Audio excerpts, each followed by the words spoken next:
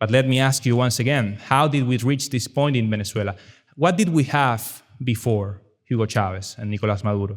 Did we have an open economy with a balanced budget, or maybe we had something much more similar to the kind of welfare state that progressives are advocating for here in America?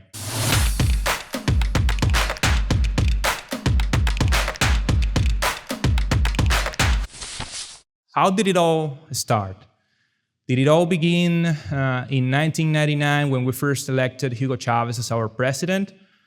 Or maybe we have to look even further into the past to understand the actual causes that led Venezuela into all of this economic and political catastrophe. Because while I was doing this program at ASU, I used to talk a lot with progressives in the room, and I used to say to them, listen, I know for a fact that all of you want the best for this country, but I believe that your political ideas and views might create the very same environment that led Venezuela into all of this economic and political chaos. And every time I said this to them, they used to reply by saying, well, you don't really know what you're talking about, because the progressive movement is not advocating for the very same measures and policies followed by Hugo Chavez and by Nicolás Maduro in Venezuela. And when I heard this, I stopped for a while and I thought to myself, well, you know what? These people actually have a point.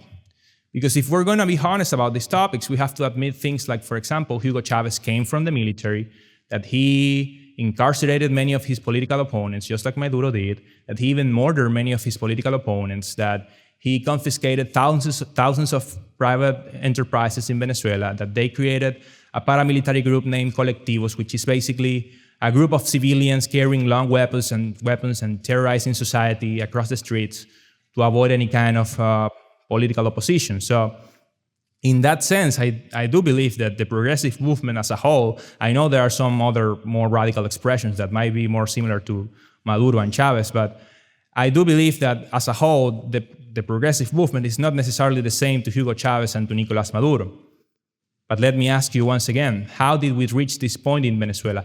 What did we have before Hugo Chavez and Nicolás Maduro? Did we have an open economy with a balanced budget, or maybe we had something much more similar to the kind of welfare state that progressives are advocating for here in America? And in order to answer that question, let's locate this talk for a while in the year 1970. Until this decade, actually, Venezuela was used to grow economically every single year. As I told you, we used to have greater GDP than countries like Israel, like China, like Spain, the biggest GDP in the entire Latin American region. At some point, we used to be the fourth biggest economy in the entire world. So Venezuela was actually doing pretty well economically. But then, in the year 1975, under the leadership of this guy, Carlos Andrés Pérez, two things happened that completely reshaped our history until today. The first of those things was the nationalization of our oil industry. I don't know if you know, but Venezuela has the largest oil reserves in the entire world. And during this time, we used to be one of the main oil producers of the world.